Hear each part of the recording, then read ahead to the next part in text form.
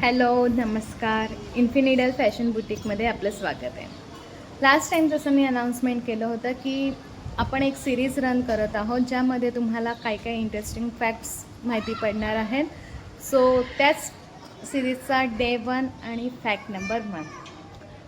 Silk fabric हे सगळ्यांनाच माहिती असेल. वा वा वा वा, काय त्याची ग्लेस, काय त्याचा कम्फर्ट आणि काय त्याचं सॉफ्टनेस सगळ्यांनाच माहिती आहे. पण तुम्हाला माहिती आहे का हे सिल्क फॅब्रिक कुठे तयार झालं आहे?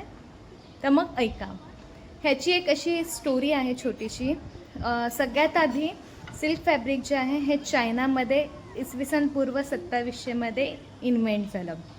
जी चीनची राणी होती लुझी, ठीक आहे, ती एकदा असंच आपल्या गार्डनमध्ये तुतीच्या झाडाखाली चहा पीत बसली होती आणि जो रेशीम किडा होता तो तिच्या चहाच्या कपात पडला आणि चहा गरम असल्यामुळे तो किडा, तो कोश सॉफ्ट झाला आणि जेव्हा तिने ते काढायचा प्रयत्न केला तर त्यातनं एक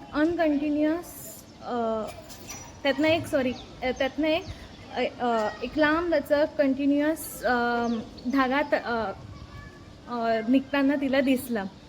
सो मग तिने काय केलं, भरपूर सारे असे कोश कलेक्ट केले आणि त्याच्यावरती रिसर्च केले की हे कोशला आपण धाग्यांमध्ये कसं कन्वर्ट करू शकतो, त्या धाग्यांना आपण फॅब्रिकमध्ये कसं कन्वर्ट करू शकतो, असं तिने त्याच्यावरती संशोधन केलं, रिसर्च केलं.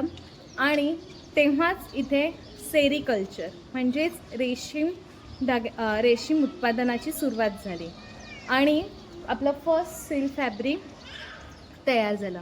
हजारो वर्ष ह्यांची मोनोपॉली होती, म्हणजे ही टेक्निक कुठल्याच इतर देशांना किंवा राज्यांना माहीत नव्हती.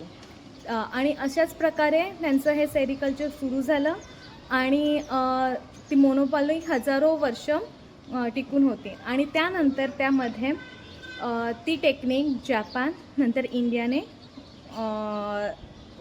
शिकून घेतली आणि मग मार्केटमध्ये हे रेशीम उत्पादन तयार झालं. म्हणजे मॉरल ऑफ द स्टोरी, ह्याचा जो ओरिजिन आहे सिल्कचा हे बेसिकली चीनमध्ये तयार झालेलं आहे. ही स्टोरी जर तुम्हाला माहीत असेल तर खाली येस म्हणून कमेंट करा. आणि जर ही माहिती तुम्हाला जर युजफुल वाटली असेल तर थंबनेल द्या. चॅनलला सबस्क्राईब करा. थँक्यू.